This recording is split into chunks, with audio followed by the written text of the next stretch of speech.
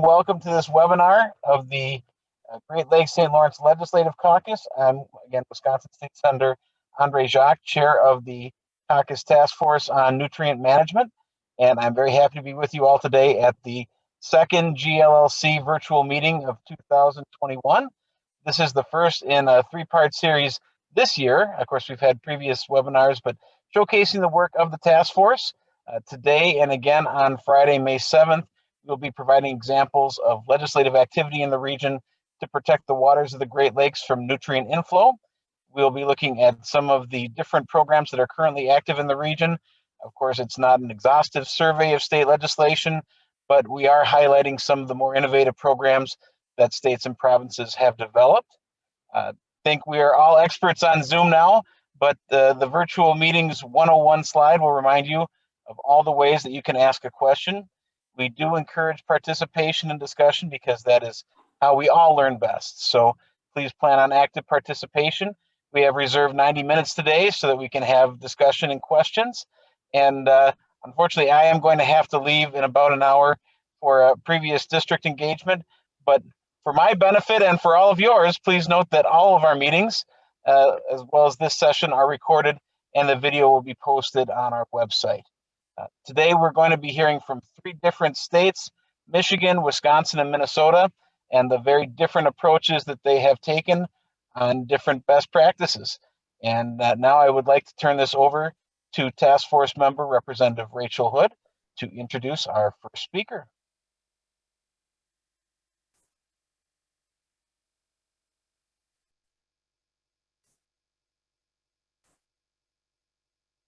I need to unmute. Sorry about that. Good morning, and thank you, Senator Jacques, for the opportunity to introduce my colleague, Senator Dan Lowers from the state of Michigan. Senator Lowers is the majority floor leader of our Senate and chairman of the Energy and Technology Committee. He has a long background in agriculture and in public service. The senator served 6 years as a state representative before moving to the Senate. And he founded the Eastern Michigan Grain and has worked for the W.K. Kellogg Foundation and the National Milk Producers Federation. He is a former chair of the St. Clair Soil Conservation Service and the St. Clair MSU Extension Advisory Board, and a member of the American Society for Agronomy, American Soybean Association, National Corn Growers Association, and the National Grain and Feed Association. He is here today to talk about Michigan's Michigan Environmental Assurance Program. And it is an innovative program that works with farmers to help elevate their practices in order to provide better crops and also to protect our water. So without further ado, I will welcome Senator Lowers.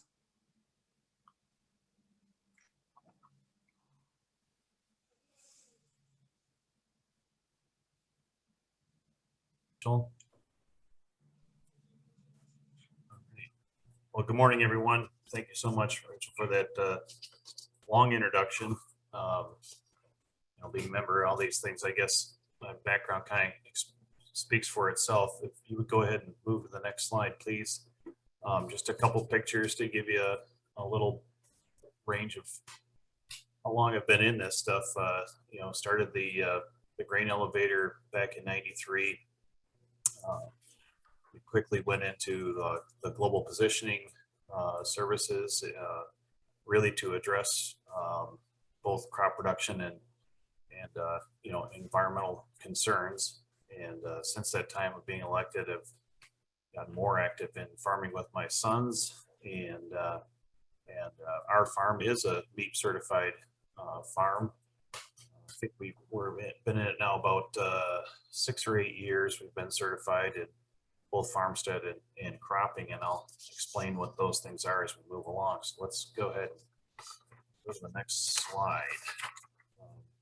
So what is MEEP? It pretty much says right there, the Agricultural Environmental Assurance Program.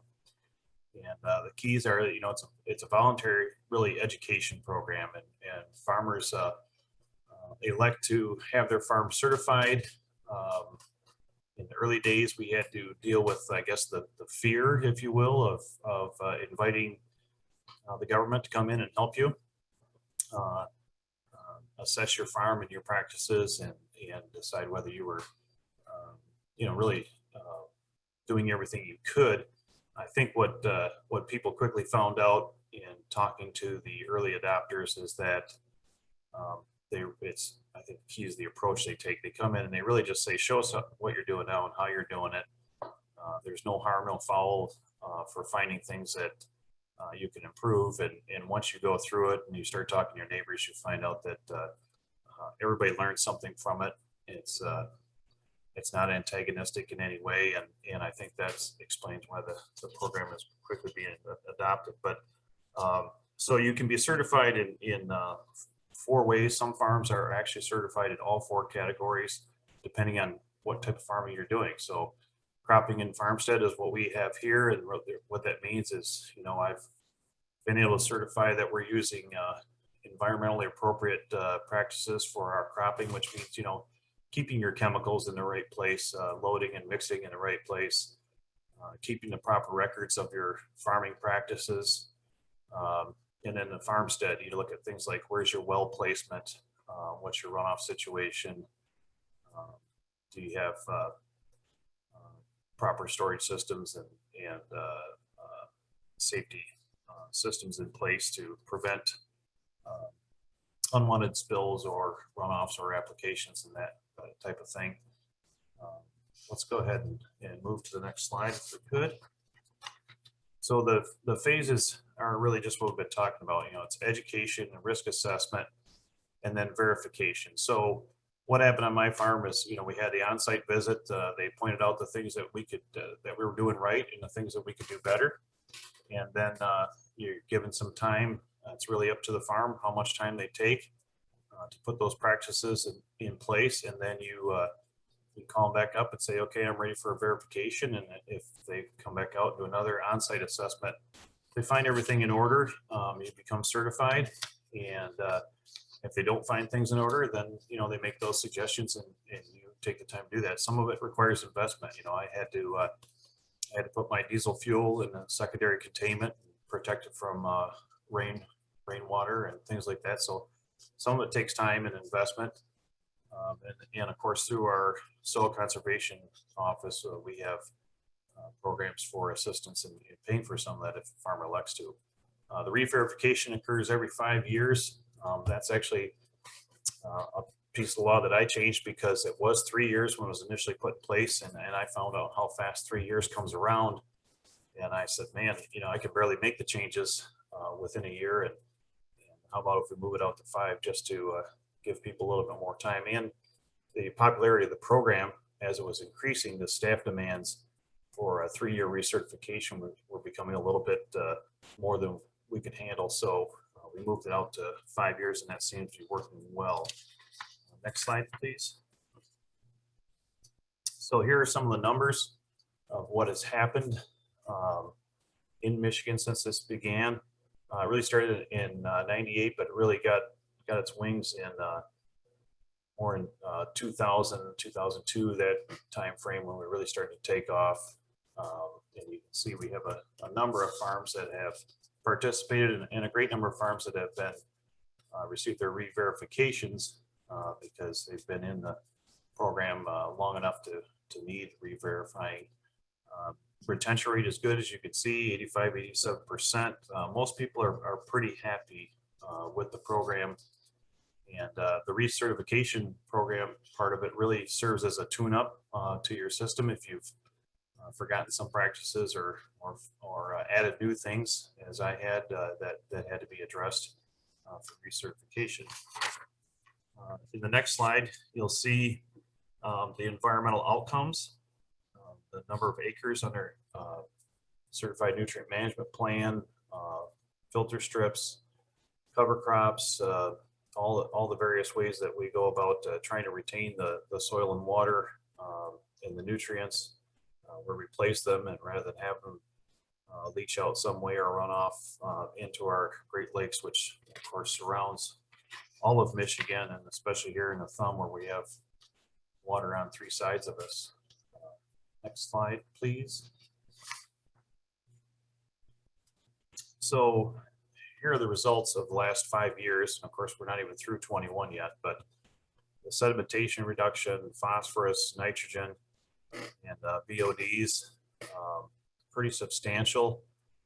Last week I was on a Zoom with some students from Western Michigan University that were looking at these issues, and they had proposed some policy programs as a part of their class. And one thing I reminded them of is as new policies go in place, you have to allow for the work that's already been done. One of the things as a farmer and a legislature that I am sensitive to is when we hear calls for a 20% reduction or a 30% reduction or something like that. I remind the students that, some of us have already done that work and we're doing all we can, and we need credit for the reductions that have already been made. Final slide. Why is MEEP so successful? And Carolyn and I, of course, were talking earlier, and I said this is one of the things that we get asked a lot.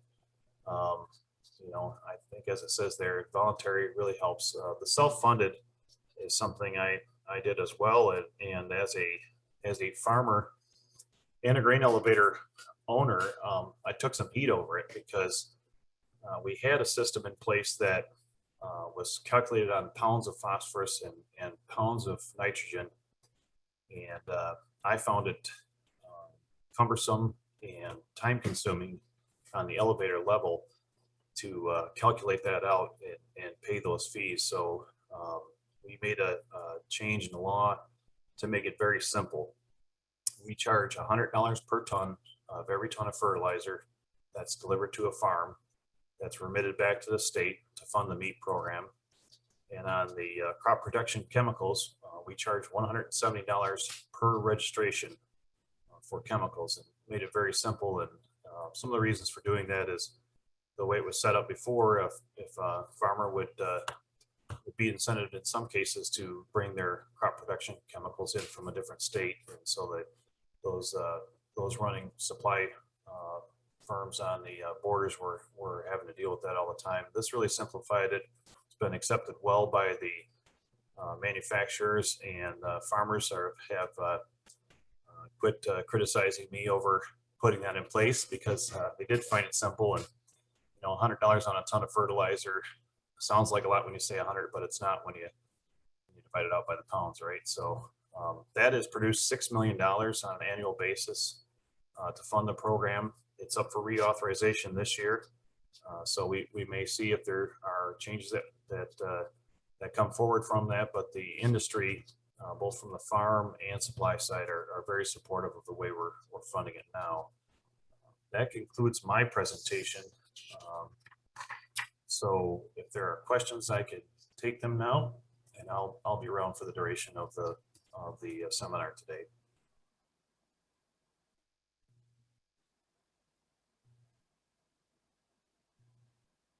Senator, I have a question from email on how many staff are needed for all the verifications and re-verifications. I don't know that number off the top of my head. I believe there are over 100 people working, and what we've done is basically we contract through the Soil Conservation District offices for their staff, and they may even contract beyond that where they need help for additional staff.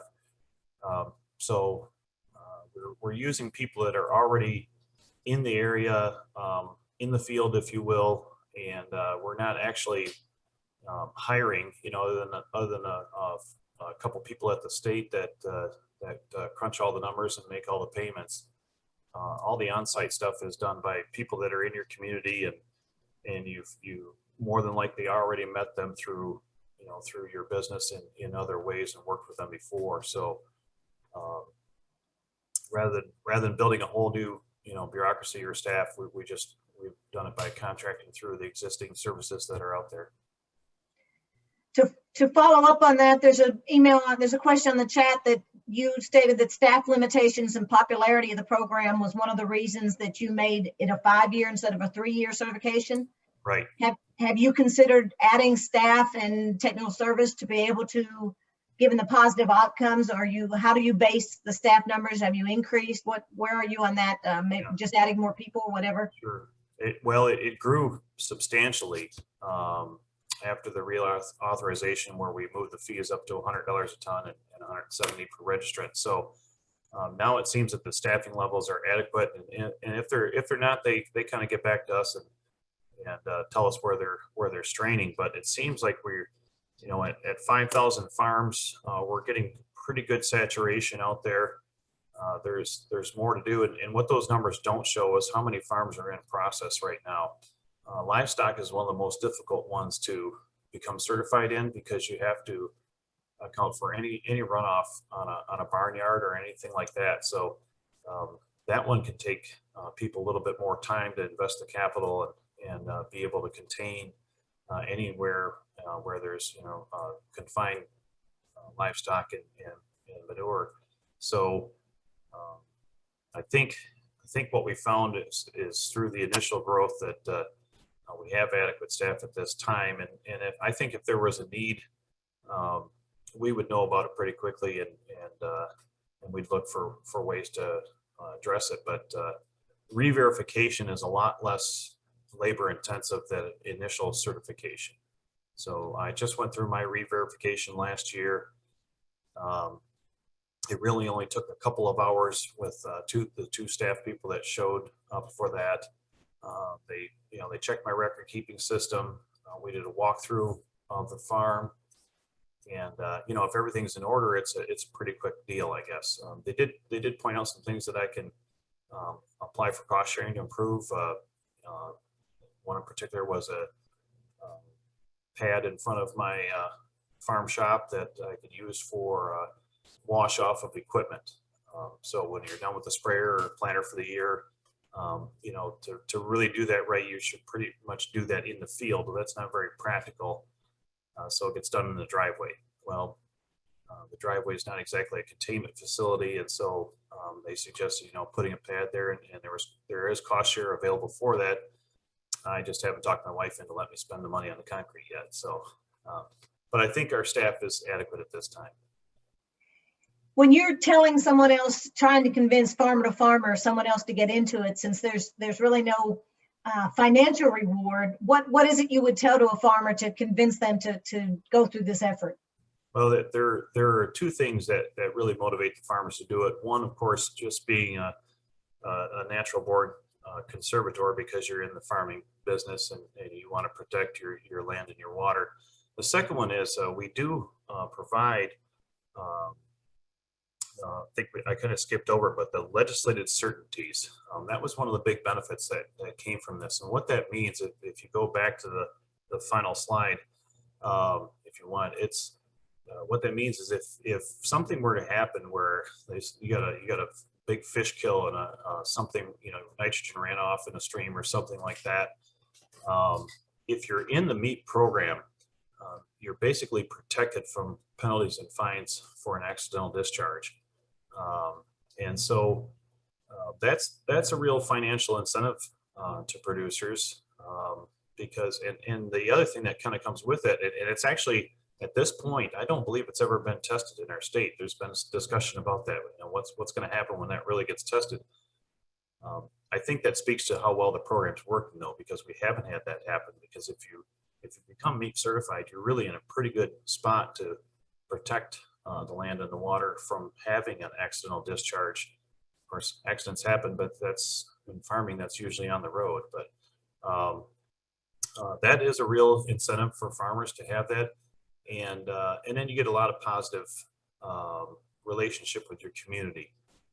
We do provide signs for farms that display that they're MEAT certified and what categories they're MEAT certified in, and people have gravitated to that, and they see that as a mark of being a responsible, environmentally responsible farmer and someone who's committed to the community's health. So what we've talked about, never quite been able to figure out how to make it happen, is how we drive that value up through the food system, to where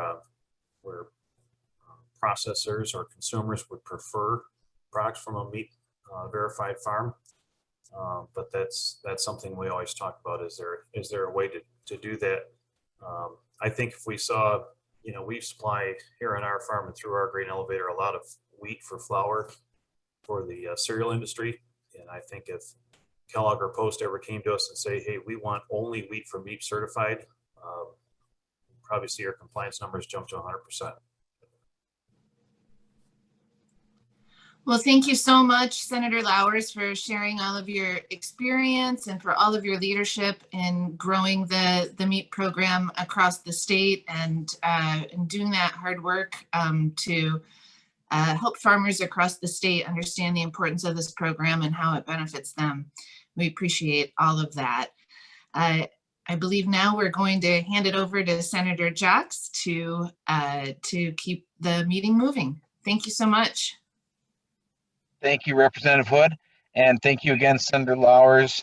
That is certainly an outstanding collaborative program in Michigan, forward thinking, and really one of the high points when you were coordinating the Burkholz Institute a couple years back for our entire meeting. And just thank you for your efforts and your continuing leadership within the caucus.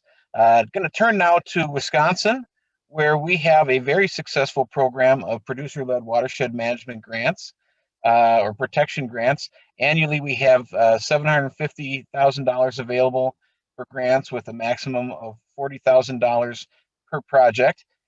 31 projects have been funded since 2016. And I am very pleased to introduce Dr. Don Niles, a constituent and also co-owner of Dairy Dreams and founder and president of Peninsula Pride Farms, a really unique network of farmers working to improve water quality in Wisconsin. We're already seeing his efforts pay off, and part of the reason why my colleagues and I are working to increase investment in this program in our upcoming state budget. So with that, I'll turn it over to Dr. Niles.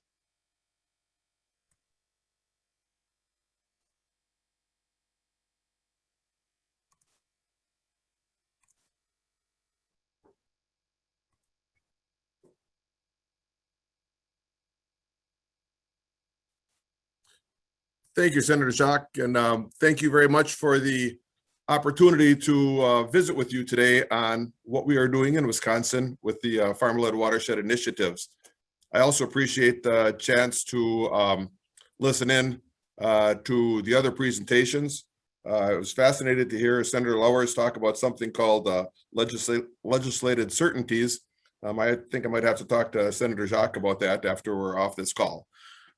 This is a great opportunity to talk about what we're doing. We have a lot of enthusiasm, and I'm picking it up from the other attendees also. We would like to talk about Peninsula Pride Farms and the challenges and changes that are occurring in what I would call the Midwest dairy epicenter. Obviously, being a Great Lakes Association, you're familiar with this side of Wisconsin. Our farm is located in Kewaunee County, and the base of the Door County Peninsula, sticking into Lake Michigan, south of Lake Superior.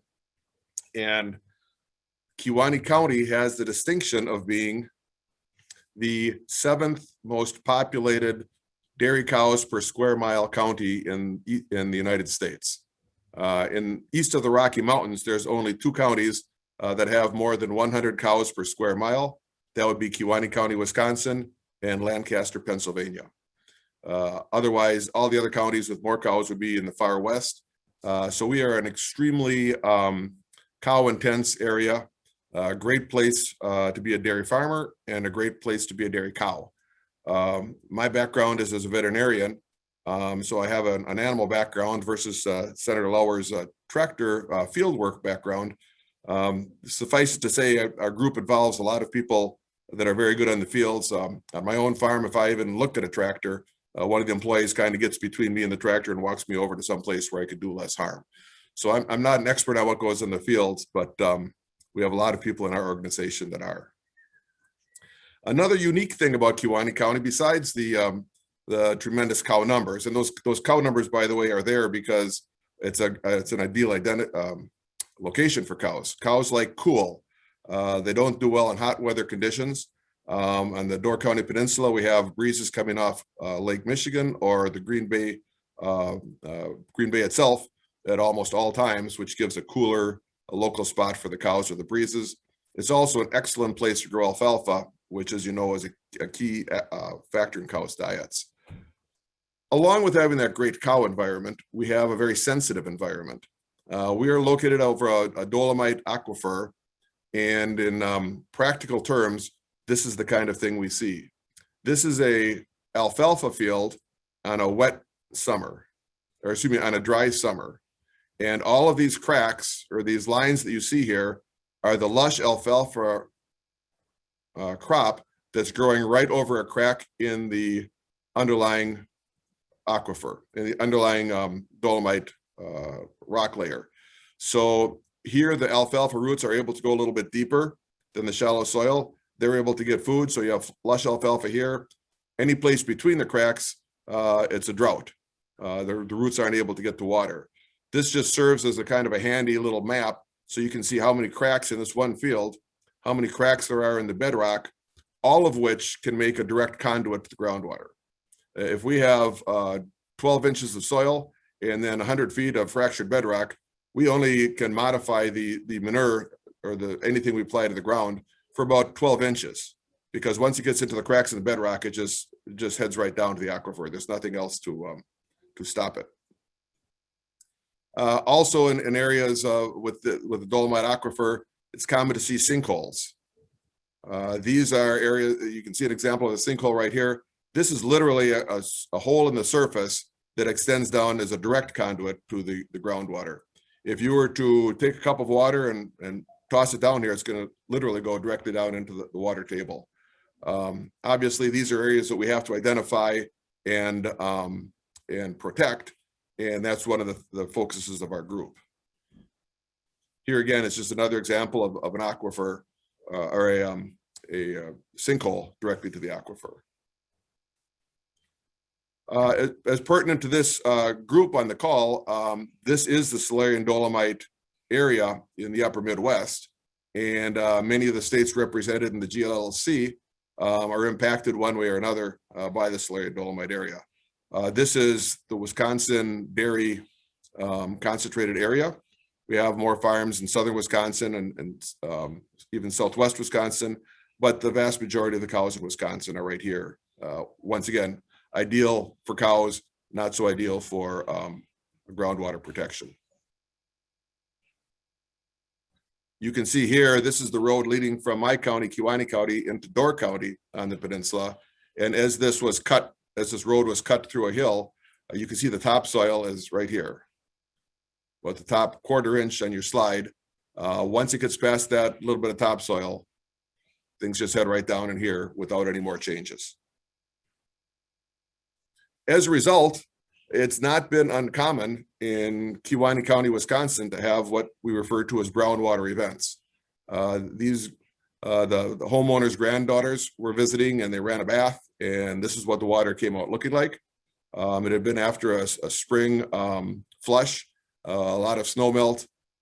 Anything that was on the surface of the ground in those flush times can quickly find its way into the aquifer. Obviously, we want to turn on the tap and have this come out. But occasionally, historically in Kewaunee County, we've had this come out.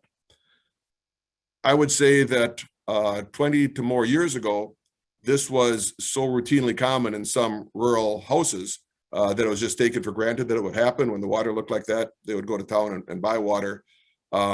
Now that's far from acceptable in modern society. We last had one of these events in Kewaunee County 3 years ago. So we've moved beyond this. But this itself is not necessarily safe. We can still detect, for example, coliform bacteria in here or dangerous levels of nitrates in here. So it's not just enough to say that we need to protect people from this. We need to protect people from contamination getting into this. To give some perspective on this area, our local newspaper has a series called What Was in This Paper 50 years ago and 100 years ago and 125 years ago. And it's a nice little piece in the paper. And a couple of years ago, I saw a reference to a fellow named Theophile Dewey, who the report said died in the town of Lincoln, Kewaunee County, which is where my farm is, from typhoid fever. And they said it was the worst outbreak of typhoid fever in Lincoln for years, which meant to me they have frequent outbreaks of typhoid fever back then. Typhoid fever is a salmonella that spread from human to human. There weren't animals here at the time, not farm animals. So it's a sensitive area for anything we do, but that surely includes farming, as we are so active on the surface.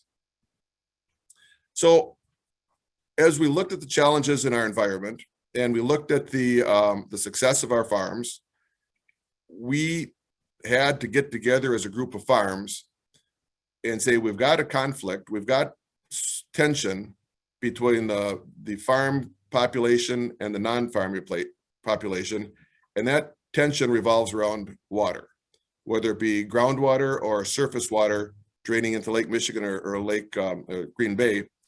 There was a conflict building, and we were frustrated by it and really didn't know where to go. So we got together as a group of farmers, both dairy farmers and crop farmers, and we had a meeting. And we scheduled an hour for the meeting, and it went on for 3. And through the course of that meeting, we had a kind of an enlightening moment. One of the large dairymen in the group said, we've been talking for a couple hours about what can we do to better reach out to the public, to better represent our farming practices and improve our farming practices. And he said, if we're going to do that, are we willing to publicly come forth and say, we know, we admit, we agree that agriculture is a significant part of the water quality issues on the Door County Peninsula? And when he asked that question, there was a pause. You could have heard a pin drop. And the farmers just sat and thought about the consequences of what he was saying for 10 seconds. And the conversation then continued that, yeah, we have to be that straightforward and swallow our pride and make that step and say that clearly we're not the whole cause of the water contamination here, but we are a significant contributor. And we have to be clear and honest about that, not be denialists, but that gives us the ability then to move beyond that and say, okay, now what are we going to do about it? What can we do to fix the problem? So we decided it's our responsibility to creatively and energetically protect the land, animals, and our neighbors, and that's part of our job. And that was kind of a rallying cry for our group to start, is that we're just doing our job. It's okay for us not to have all the answers, but it's not okay for us to stop trying to find the answers. As a group, we came together from that start to what's called Peninsula Pride Farms, which is, as Senator Jacques mentioned, a farmer-led watershed initiative. I believe the second in Wisconsin. The first is Yahara, down right outside of Madison, where there's a concentration of 2 large lakes right around the University of Madison. And the issue down there is strictly phosphorus runoff. And we started our program, modeled much of what we do after them, but we felt that on the peninsula here, we had to make it both surface water and groundwater, which is unique to our organization, is the second. So we are, as mentioned, a farmer-led, not-for-profit group, a farmer-led watershed initiative, and this is made possible by the state government, who created this program and created a funding source of grants to help fund our operations. So our group is located in Kewaunee and Southern Door County. Northern Door County has very little farming anymore, but Kewaunee and Southern Door County are made up of farmers, businesses, and agencies focused on improving surface and groundwater quality. The farmers are, as I mentioned, dairy farms and crop farms. Businesses would be many ag associated businesses, implement dealers, feed mills, veterinary clinics, banks. There's been a lot of support from people around agriculture, not directly involved in agriculture, and also agencies. Our Kewaunee and Door land and water departments have been extremely supportive, great to work with. The state, through the DNR, has been very supportive. And we've also been able to partner with the national government with both the Discovery Farms and the NRC demonstration farm project. We're the first farmer group that's been a direct connection with the NRCS on this, and that we take that as quite an honor. And once again, our focus on ground and surface water. Our members vary in size. It's important to remember that they reflect the spectrum in Kewaunee County. We're not a large farm exclusive group. We're not a small farm group. Smallest member is 60 cows. Our largest member is 6,000 cows. We started out with 46 dairy and crop farmers included, with 34,755 cows. That represents 50% of the cows in Kewaunee and Southern Door, which is a pretty nice chunk for a brand new organization just starting out. We also had 69,000, almost 70,000 acres, and that represented about 50% of the tillable acres in Kewaunee and Southern Door. Those were our startup numbers.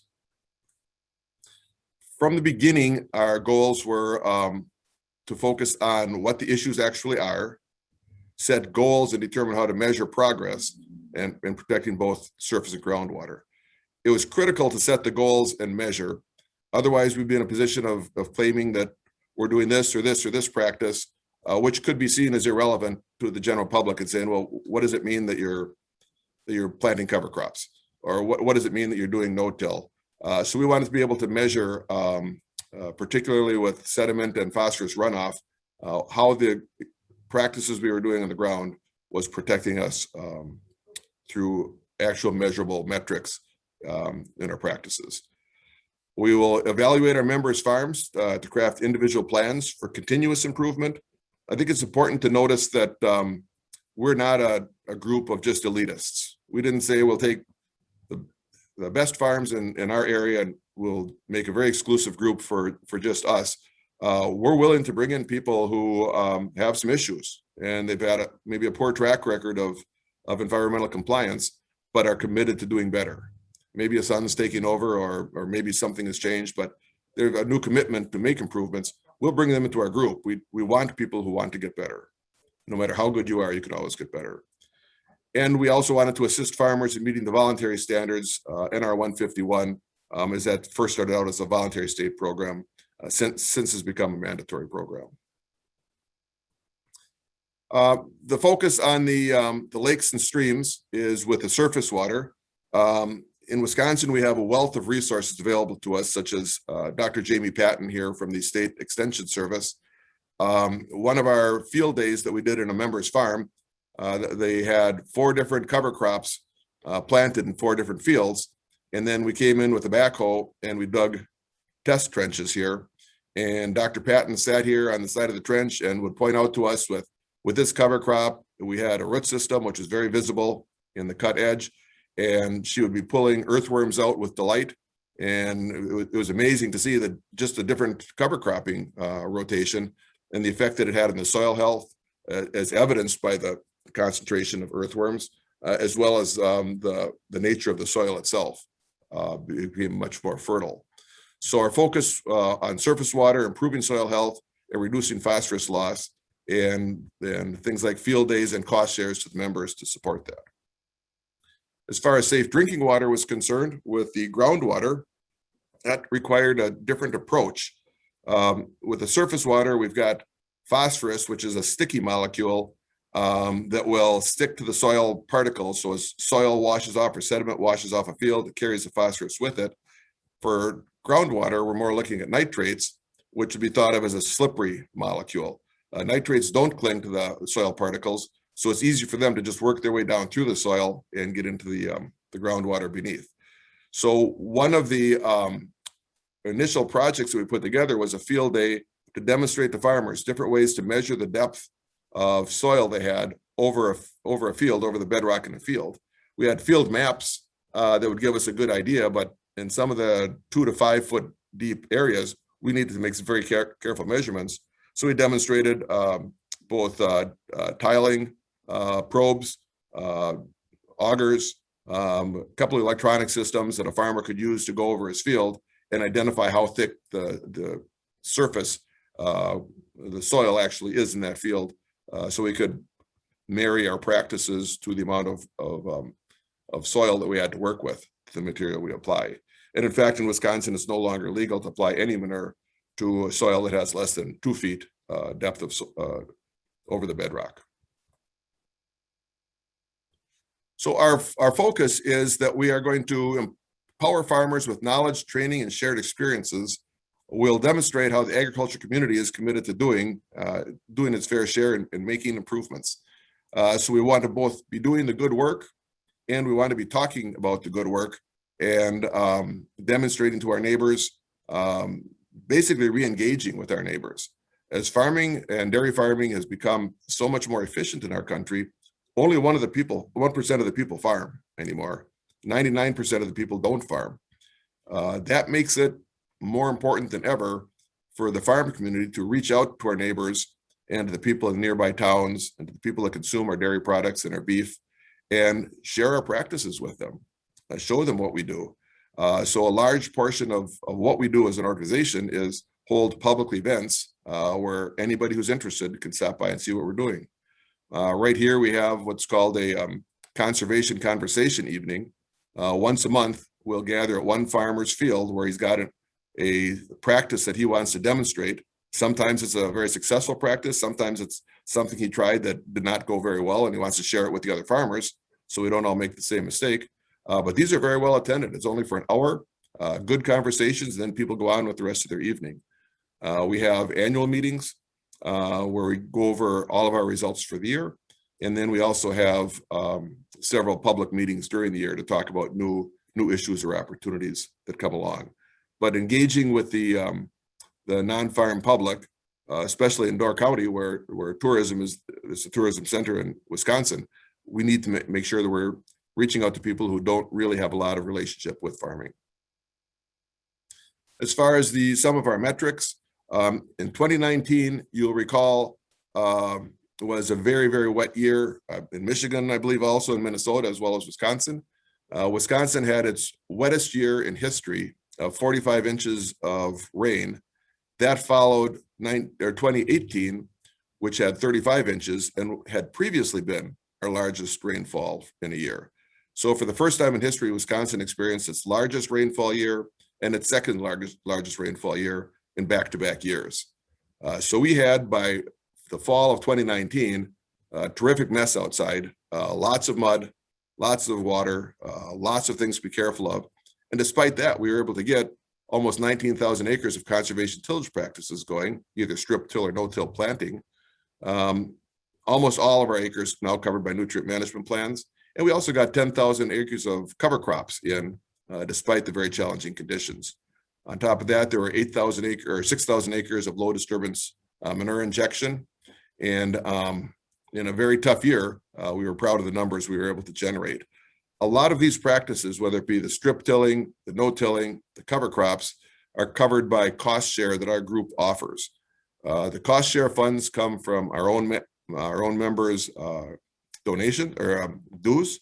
They also come from donations from both public and private enterprises, some local agriculture-related businesses, along with the Wisconsin share, the cropping or the cost share that they offer to watershed groups has been very instrumental. And our major contributor and supporter now is actually the Nature Conservancy, a private environmental group known worldwide that has decided that the kind of programs we're doing are exactly what needs to be done in Northeast Wisconsin. And they're our biggest supporters right now, both financially and with helping us put our numbers together. In 2020, the most recent fall was a beautiful crop year. Rainfall was ideal, weather was ideal. Under those conditions, we were able to get 21,000 acres of conservation tillage. And most telling, we went from 10,000 acres of cover crops to almost 19,000 acres of cover crops, largely because we learned things the previous year that we could do better, and we had much better conditions to work with. One thing I'd like to point out is that we use cost share to stimulate new practices. We find that our members will take cost share for a practice for 1 year or perhaps 2 years, but after that, they're going to use their cost share for something different that they haven't done before, and they'll continue doing the cover crops on their own. The idea of the cost share is just to take some of the risk out of trying a new practice.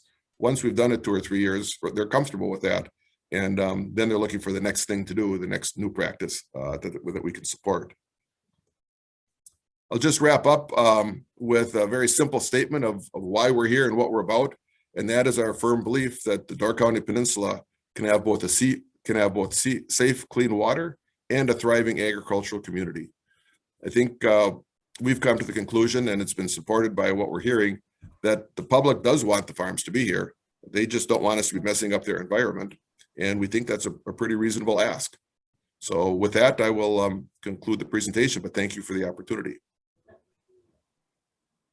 That's pretty amazing, Dr. Niles. We have 2 questions in the chat. We'll take those 2 questions right now real quickly, if you don't mind. Okay. The first is, can you cite the data source for the slide showing cow density by county? I'm sorry, repeat the question. Can you cite, where did the slide that showed cow density, where did that data come from? Oh, that would be the National Ag Statistics Service, NASS. Okay.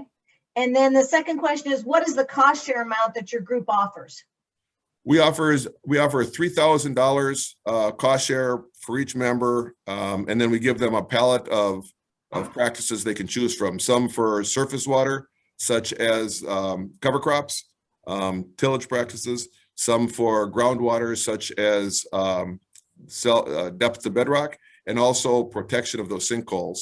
We can put a or even a harvestable crop that doesn't take any fertilizer, and we can put a 100-foot band of that around a hole in the bedrock, and that will give us protection there for the rest of the field. So we've started cost sharing that practice also, but it's $3,000.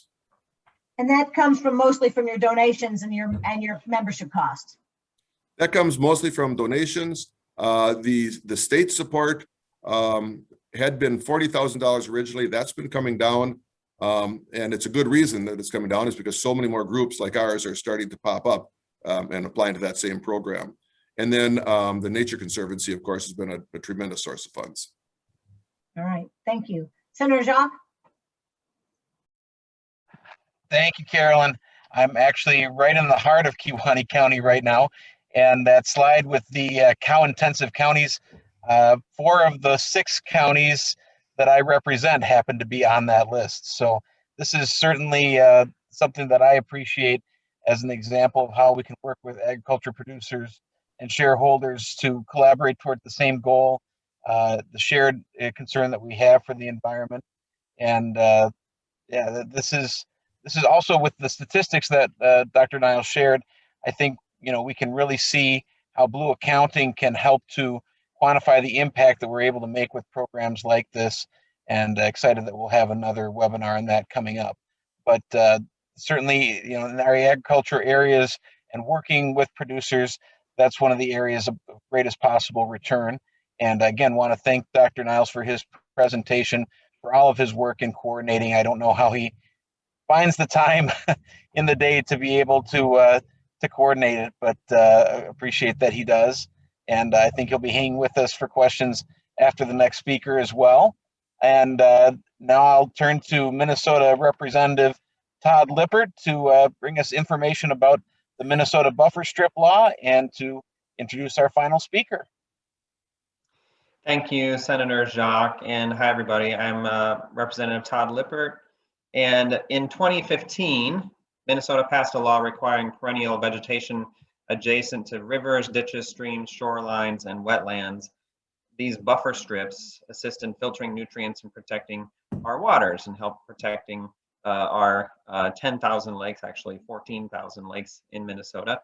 And Representative Acom, who's also on this call, and I just had a vote related to protecting this program yesterday in the House.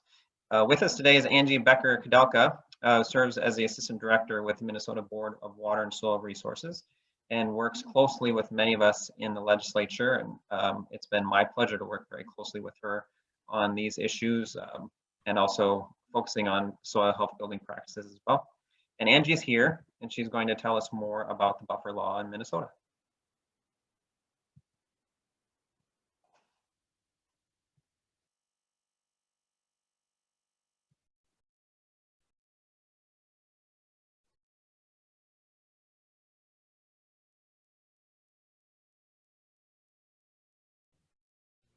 Thank you, Representative Lippert, and thank you for the introduction.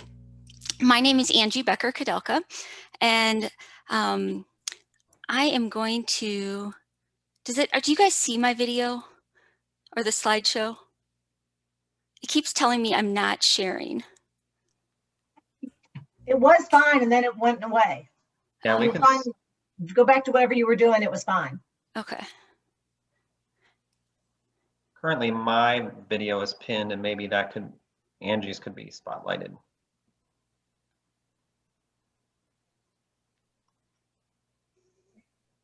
Hmm. Do you want us to go ahead and do it, Angie?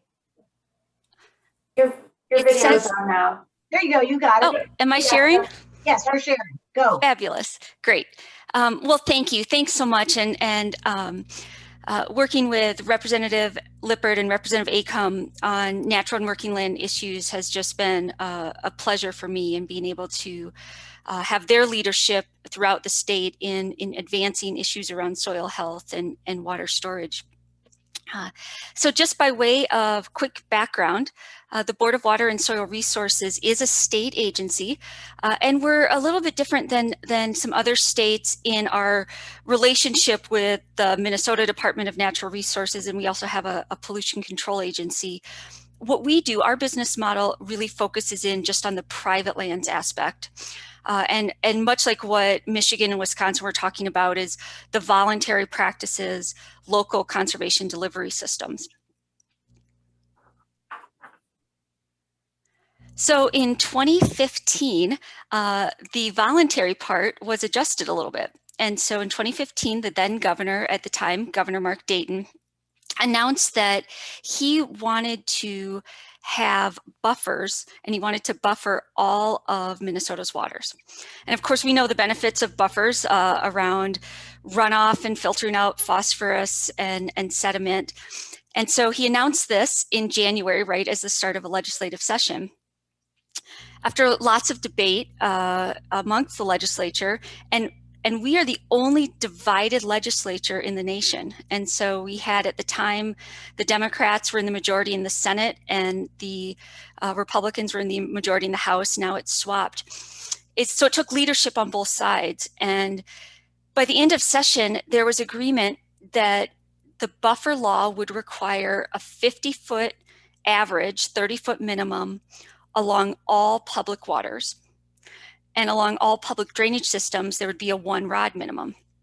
And it required perennial vegetation. It did not prescribe what kind of vegetation there would be, but then if a farmer wanted to enter into a program, that program might have certain requirements like natives or other land requirements. The way that the law worked, so this was in the spring of 2015, is it gave landowners until November 1 of 2017 to get buffer practices installed on public waters. At that time, the legislature decided, let's offer a 1-year additional waiver to anybody that's waiting for financial assistance to make this happen. And then by November 1 of 2018, all practices must be installed on public ditches and on public waters that got that waiver. And so the Minnesota DNR was in charge of the public waters inventory. Our organization was in charge of developing and implementing the program. And so the DNR had a public waters inventory already in place, but needed to collect data on where these public ditches all were, because that was generated and collected and tracked on a county level. And so they embarked on a buffer mapping project. And what was the result? As you can see, there's 2 arrows here. The top arrow points to public waters. And so everything that had that blue line required that 50-foot average, 30-foot minimum. And then the green line there, the lower arrow, you'll see points to one of our public drainage systems. And so that's what required that 16.5-foot buffer. And so how did it happen? Well, just like what we've heard about with Michigan and Wisconsin, it really goes back to our local conservation delivery system. So our soil and water conservation districts were phenomenal in jumping in and working to make this happen in a relatively short amount of time. They provided planning assistance, technical assistance, some even provided implementation. The state received, through Bowser, our Clean Water, Land, and Legacy clean water funds, and we were able to pass that through to soil and water conservation districts to help with financial assistance. If landowners wanted to go into cost share and put in natives, we could do that. Some landowners didn't want anything. They wanted to just keep government out, and they just said, we'll do it ourselves. Some wanted to enter into programs that were even more robust and really took that as an opportunity to look at voluntary conservation. So you'll see a couple pictures here. The SWCD staff would even go out and help flag if a landowner wanted help with flagging or taking a look at the Goodhue SWCD, which is in the southeast part of our state. They even had a no-till drill that they would loan out to folks and as use to rotate around so that landowners didn't have to purchase their own equipment. So we learned a lot. Here's examples of buffers going in across the state. And the legislature heard a whole bunch of positive and negative comments about how this is going. And one thing that we learned is, the statute didn't prescribe additional authorities to our agency about how to do this other than that 50-foot buffer and 16.5-foot buffer on public ditches. It didn't prescribe any additional authorities, but we realized that the law didn't meet everybody's needs. And so the following year, we worked with legislators who had heard from their constituents about what wasn't working with this. So for example, one of the biggest things I remember in 2016 was hearings in which I heard the phrase, water doesn't flow uphill. And of course, right? Like that's right. And so there were a number of, especially ditches where, when you dig out the ditch and you have those berms form, and going down to the field, there would actually be a negative slope to come up and go over to get to the public drainage system. And so the buffer actually wasn't doing a darn bit of good of filtering out runoff. And so what we started to do is started to work with what could be alternative practices, and worked with the legislature. Just had just incredible leadership to allow for the fact that even if it wasn't a 16.5 or 50-foot buffer, to say if there is an equivalent water quality benefit, then that is as good as a buffer in that area. So the upper left corner, you'll see, for example, there may be perennial vegetation, and then you put in a side inlet and lets the water filter out any sort of sediments, maybe phosphorus, and then it goes through and outlets into the ditch. Or there might be perennial vegetation covering the top of the bank. I think that was important on all sides, no matter what. But the width of the buffer might not need to be the full amount if there's other protection. The lower left one, for example, an equivalent water quality practice was, we found a lot of areas where, the start of a gully that could be fixed with a grassed waterway, and grassing that was so much more beneficial than a buffer strip in that area, because the water was consolidated into that one spot. And so doing a grassed waterway along with buffers, top of bank and down, maybe they were only 30-foot buffers, for example, or 20-foot buffers, had that equivalent water quality practice. There were a couple areas that were designated on the map that DNR created that as public waters and public ditches that were ephemeral. So they didn't have water in them all the time. So it was really this creative effort of working with landowners to figure out more about what's the intent of the law, rather than just that strict, you have to follow these exact measurements. It's what's the purpose. And I think that's maybe the biggest strength of the implementation of this law, was that that there was flexibility in there in the end to have landowners come up with what's the best water quality benefit. And finally, the Ag Water Quality Certification Program, and I'll spend just a couple of slides sharing that at the end. Not unlike Michigan, where if somebody was certified, then that right away, if their farm was certified and they had a public water or public ditch running through their farm, that meant that they had also met the qualifications or the requirements of the buffer law. All right, so here's our status to date. The first time we took measurements where we had soil and water districts report on what percent or what buffers or what areas were in compliance. We did it on a parcel basis, was in January of 2017. And so you'll see the lighter colors is less compliance. And as you move through to the darker blues, that's more compliance. And so you'll see January 2017 to the next one, January of 2018. So this was, again, the right before the deadline, the big move. And then January of 2020, so a year ago, and then today. One county to note, I think that's of particular interest, is if you look up in the upper northwest corner of Minnesota, Marshall County, that was the one that's the white county in 2017, and you'll see it moving through. That is one of our most intensely ditched counties.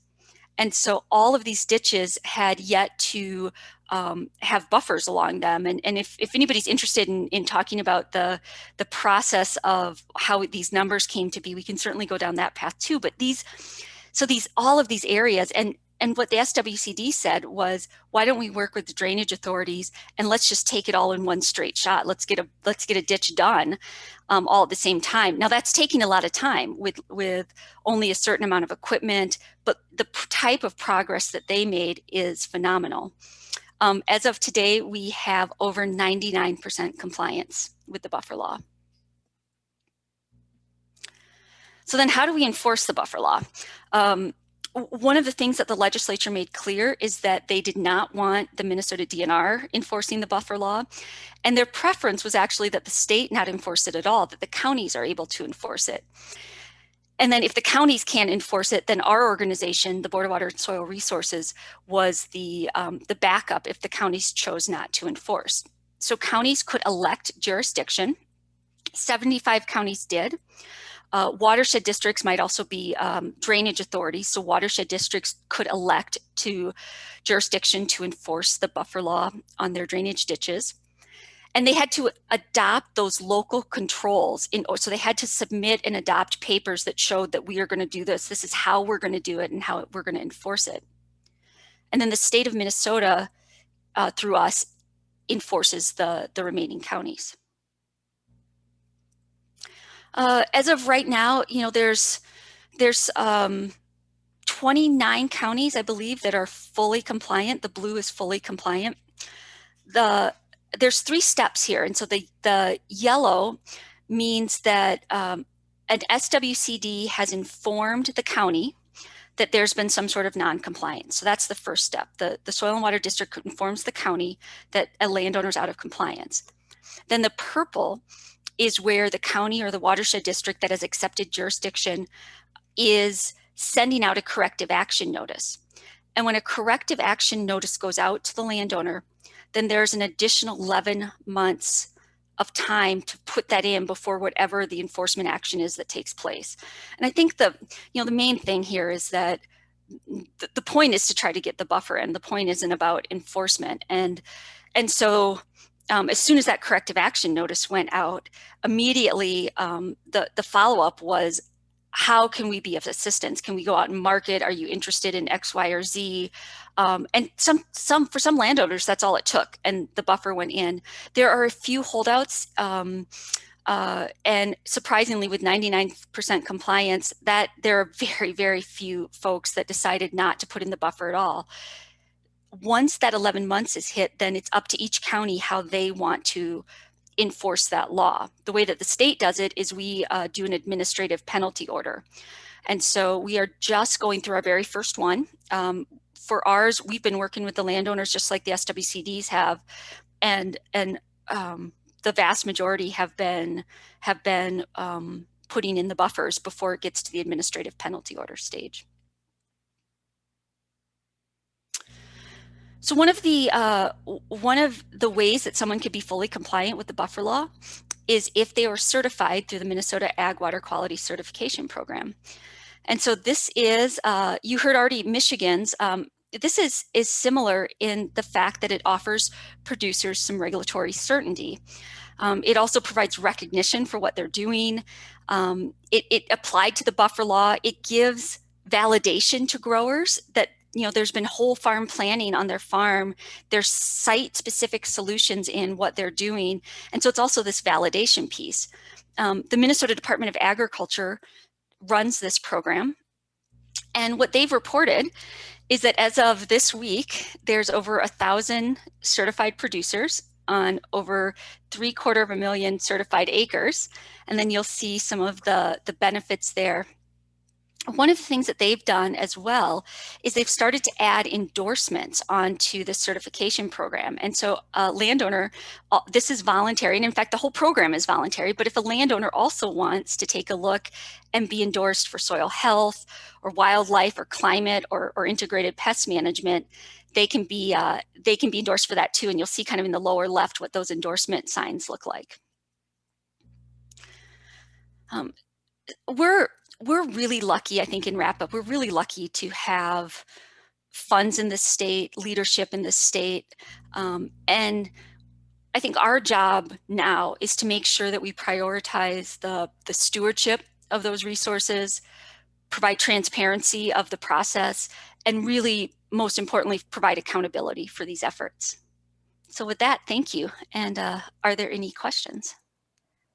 There's a couple of questions, but I think Representative Lippert and Acom should open their lines too in case they want to answer some of these. And I know one that hasn't been typed, but I know I hear all the time is you act like it was just easily put in. But representatives, I think there was quite a few battles in 2015, 16, 17. Do you want to talk about how that went through the state? Well, thanks, Carolyn. I wasn't in the legislature at that time, but certainly the debate around the buffer law was vigorous. I do think that, and we are still having conversations about the buffer law now. What is impressive about the buffer law is just the compliance that we have. I mean, 99% compliance across the state is really a big success, and Bowser and SWCDEs have been working really, really hard on it, and we're seeing great results. So I think there's different approaches here that we're hearing in this presentation related to voluntary programs or legislating particular things that are very, very important. And so this law has brought some resistance, but we have very, very good compliance.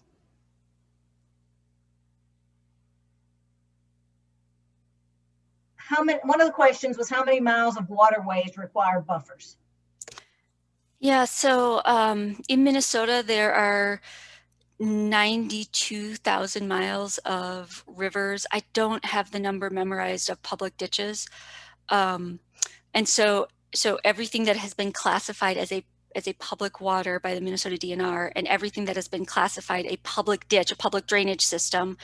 And the way that's classified is if people are paying in because they're getting benefits from that system, or they're having damages if they're right along that system, that's a public drainage system. If it's classified as that way, then it's in the law. And if anybody wants to talk a little bit, I was around in 2015, and Carolyn, you're right. It was tense, and it still is tense, right? People have very strong opinions about how things work, how things should work.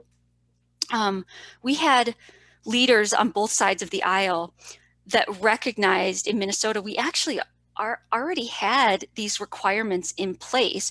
There just wasn't a mechanism for which to move them ahead. So for example, on ditches, there's already a requirement in Minnesota state law that when a ditch gets redetermined, so a lot of these ditch systems have been around, I don't know, since the 20s.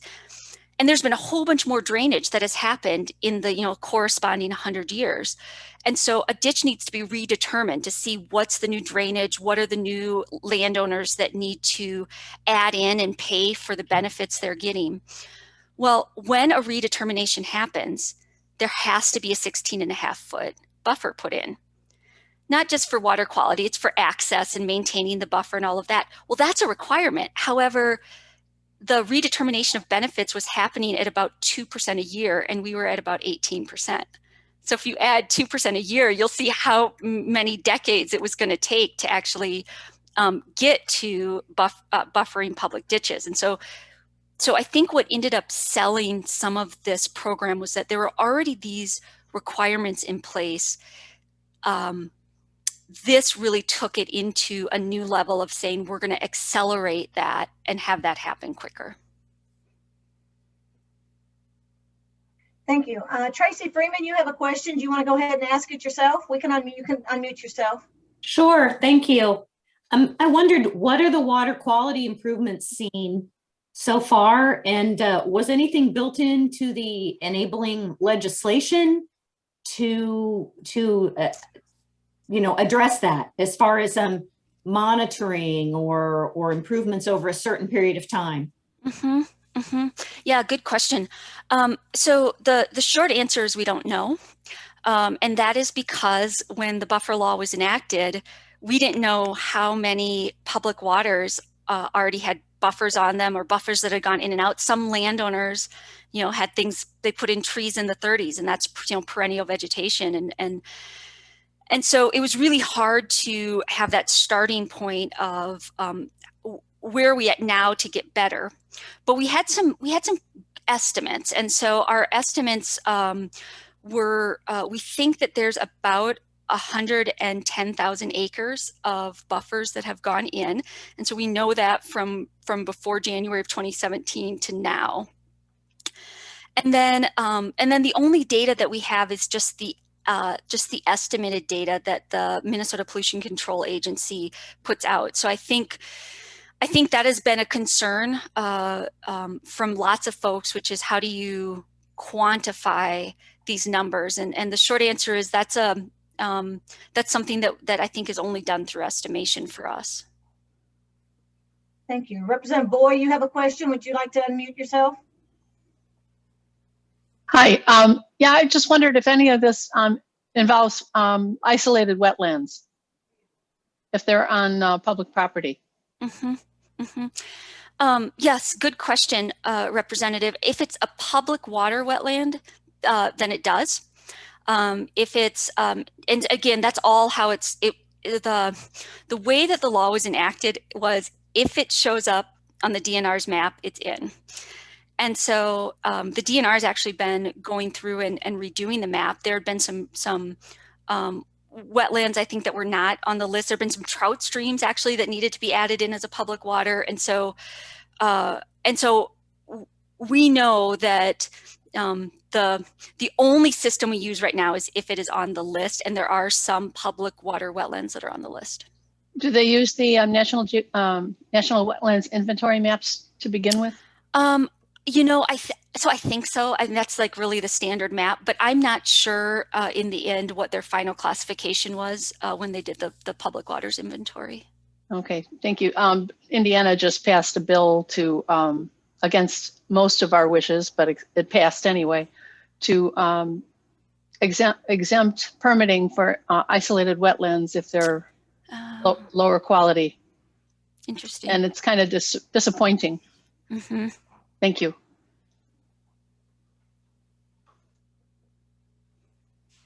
Thank you, Todd. Representative Lippert, do you want to open up and take the phone lines now, or take the mic now?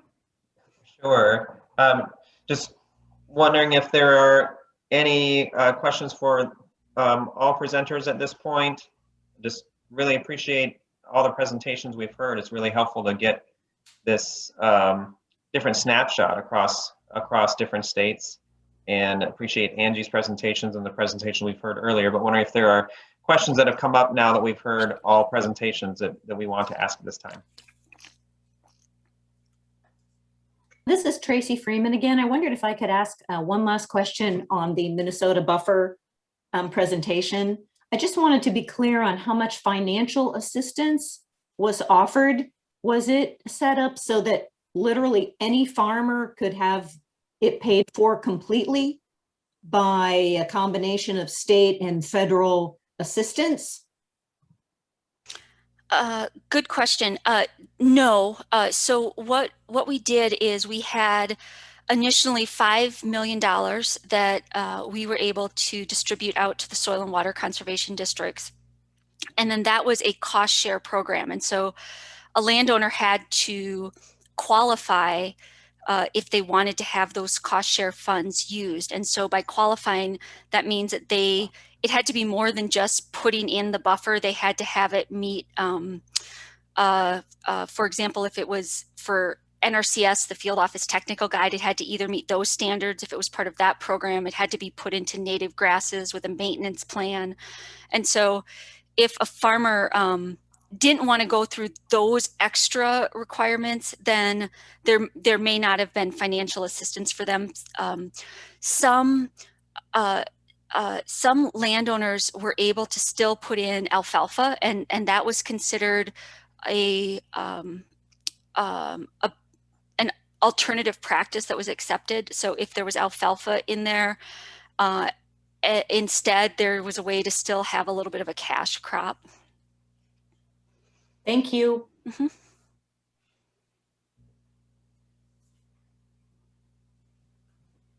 I'm wondering if Senator Lowers is still with us, still on the line.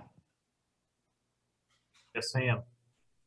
Great. So I'm just curious about the debate in Michigan as you were working on funding your program. So Representative Aiken can correct me if I'm wrong, but I would imagine that would be a pretty heated discussion in the Minnesota legislature, a $100 a ton fee for essentially incentivizing what we have in Minnesota as an ag water quality certification program. So I wonder if you could talk more about that conversation. And I believe you changed, correct me if I'm wrong, sounds like you changed and increased the funding or had a different funding mechanism, and just what the political dynamics were on that conversation. Well, it was a substantial increase in the fees that we were paying, but it wasn't as much a battle in the legislature as it was in the agribusiness community, in the farm community, I would say.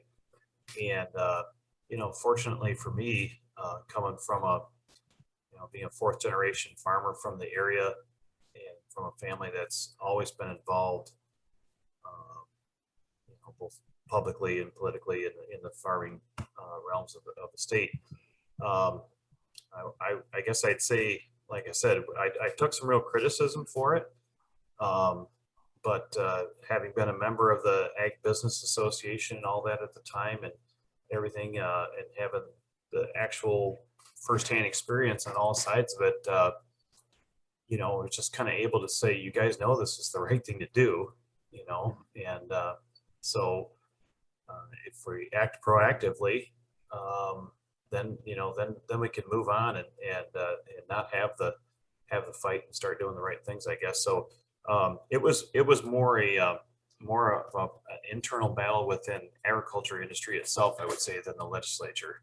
And so there were a few heated meetings, I guess you'd say.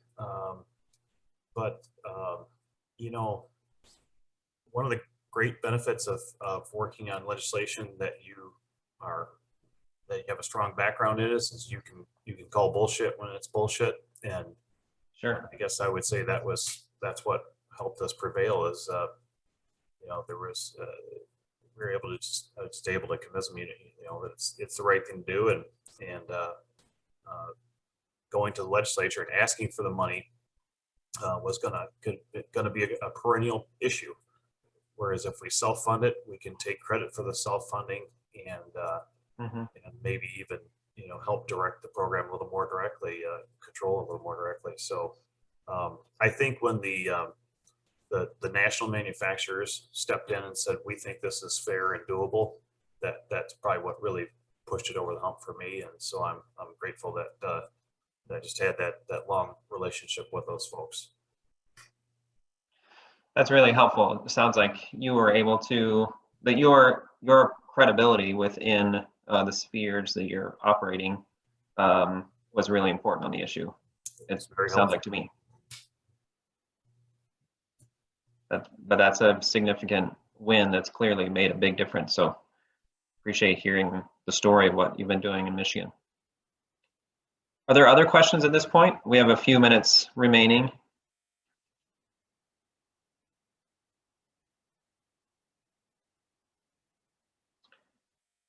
Well, if not, I just want to again thank all of our presenters today. This has been just very instructive and so interesting. And we are going to have a few more opportunities for these sorts of conversations. So don't forget to register for the next 2 webinars. Friday, May 7, we'll be hearing from Ohio, New York, and Ontario.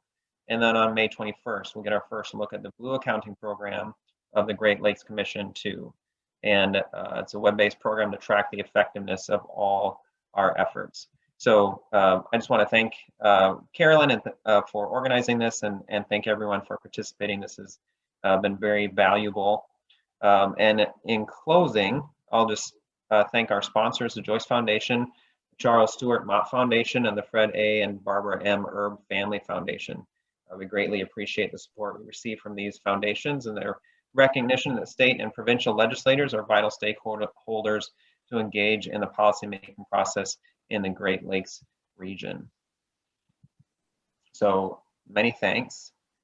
And there's a slide about us. We're a binational nonpartisan group of state and provincial lawmakers from the Great Lakes region, organized around the principle of assuring that the Great Lakes and St. Lawrence River continue to provide a plentiful source of clean, affordable water to the region's residents, businesses, and industries. And there's more information about enrolling. So thanks everyone for your time today. And please register for the next 2 webinars, and look forward to seeing you online again soon. I want to thank everybody, and we'll see you in 2 weeks. Thank you.